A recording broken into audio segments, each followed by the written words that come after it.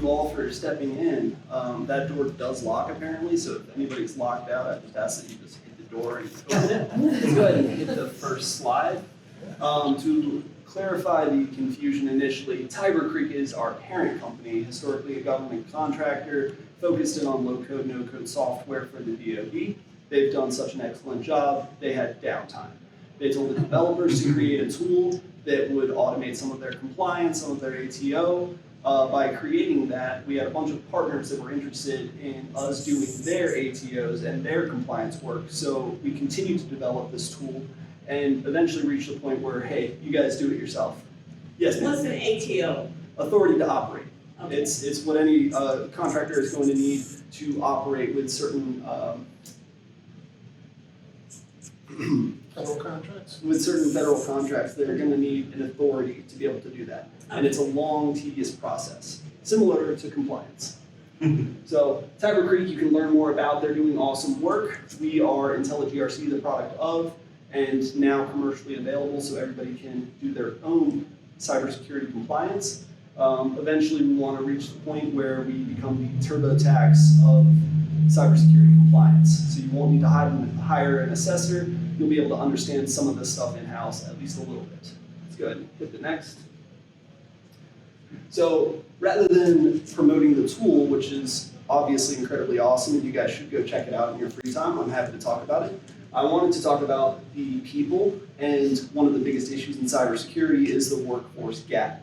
The words on the screen, I will let you read them yourself. I'll share this presentation at the end, but basically the big problem is there's a lot of positions to fill.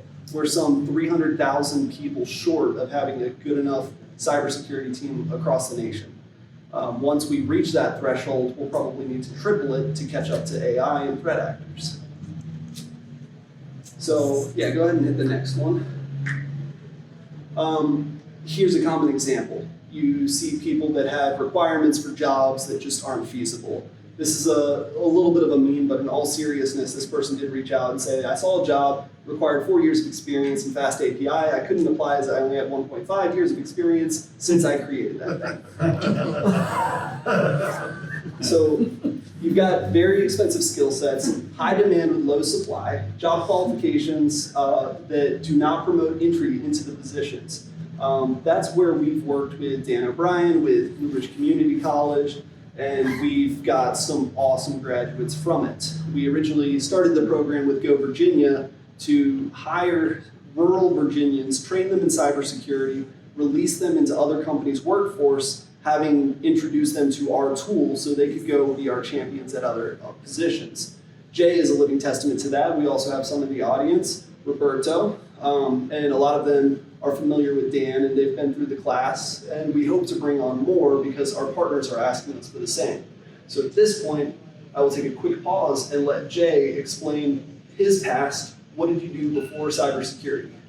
So before I started in the cybersecurity field, I am local to Harrisonburg, first of all. I've been in Harrisonburg for 20 years. My wife and I own a hair salon. It's called Brown and Company Hair Salon, located on South Liberty Street, right across the street. And we've been in business for 10 years.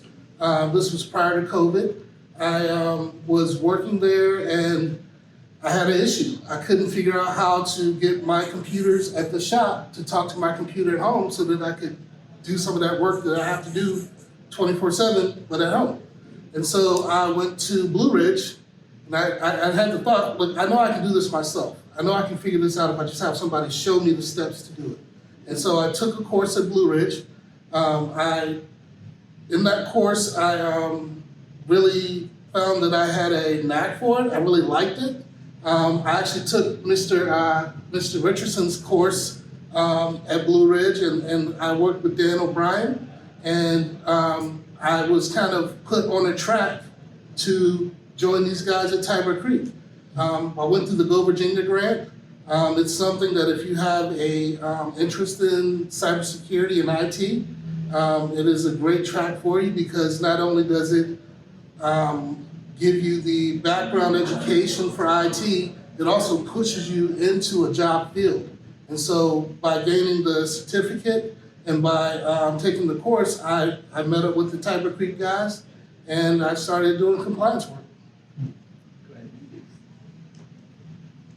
And it's interesting because having Jay, how many years in cybersecurity now?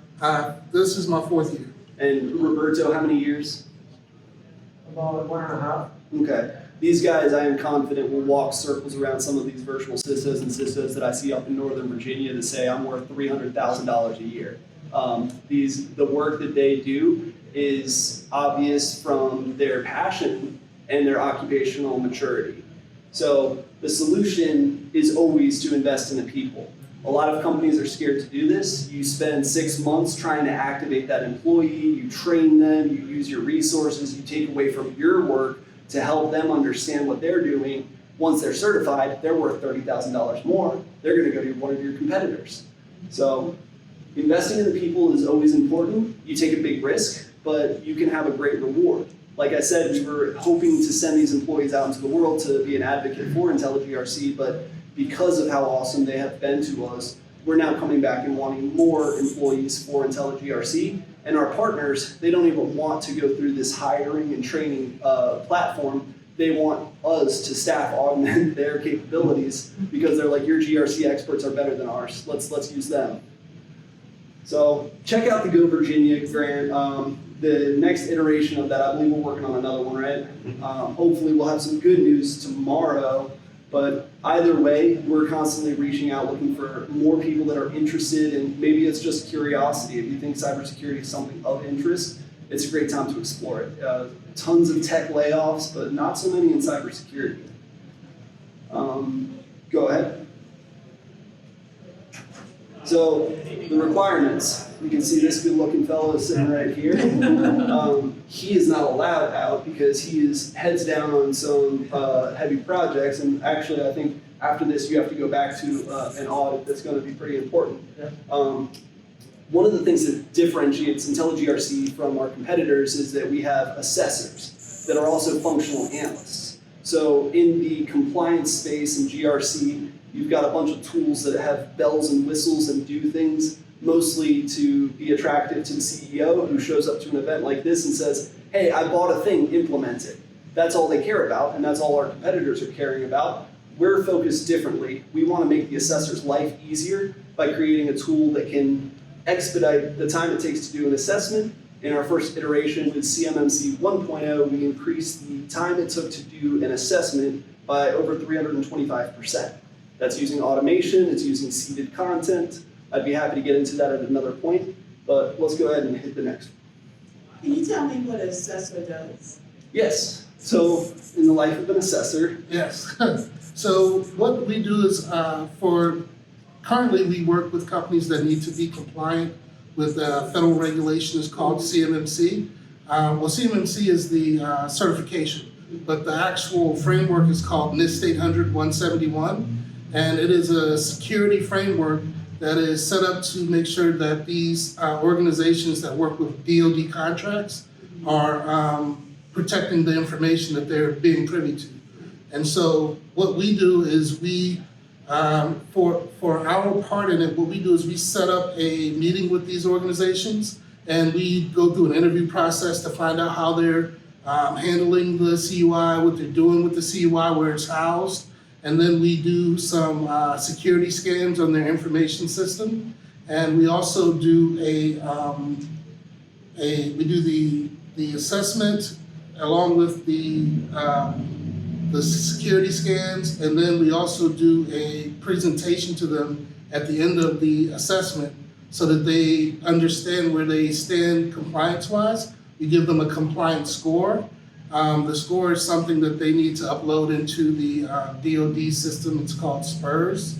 And based on that score, they're able to procure contracts.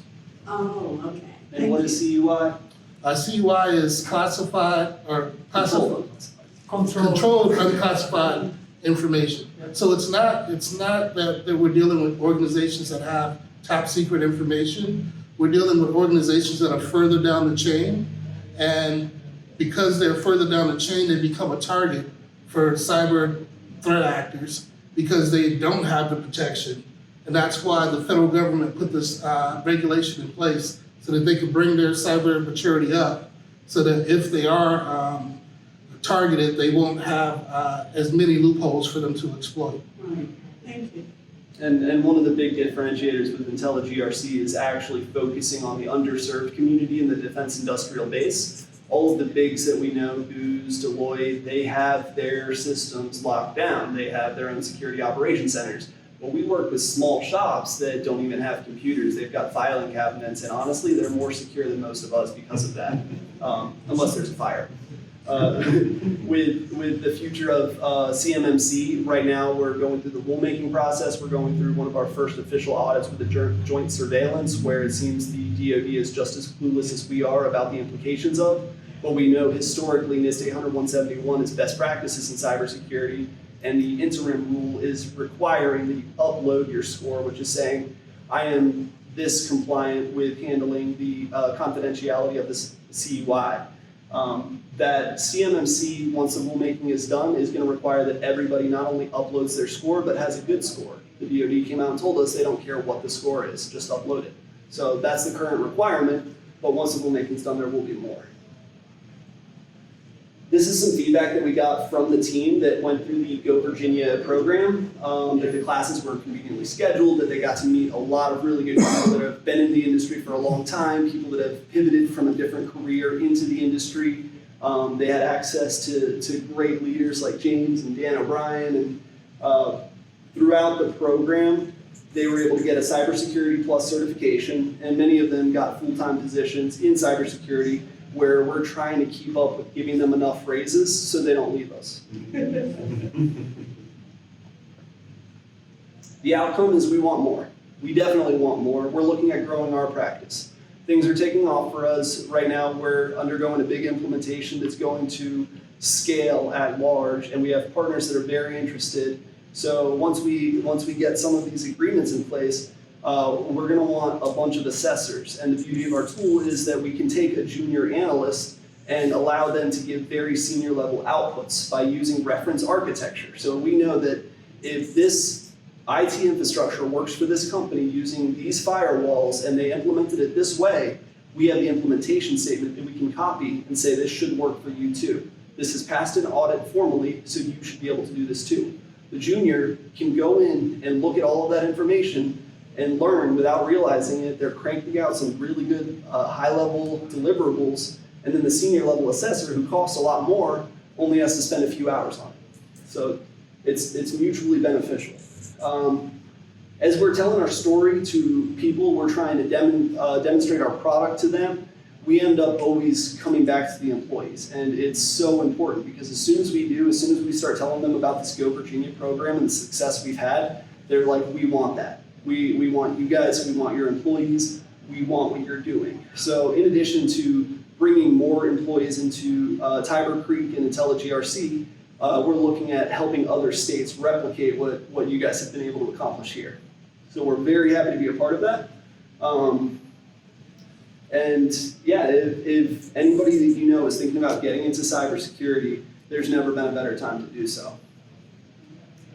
Let's go ahead.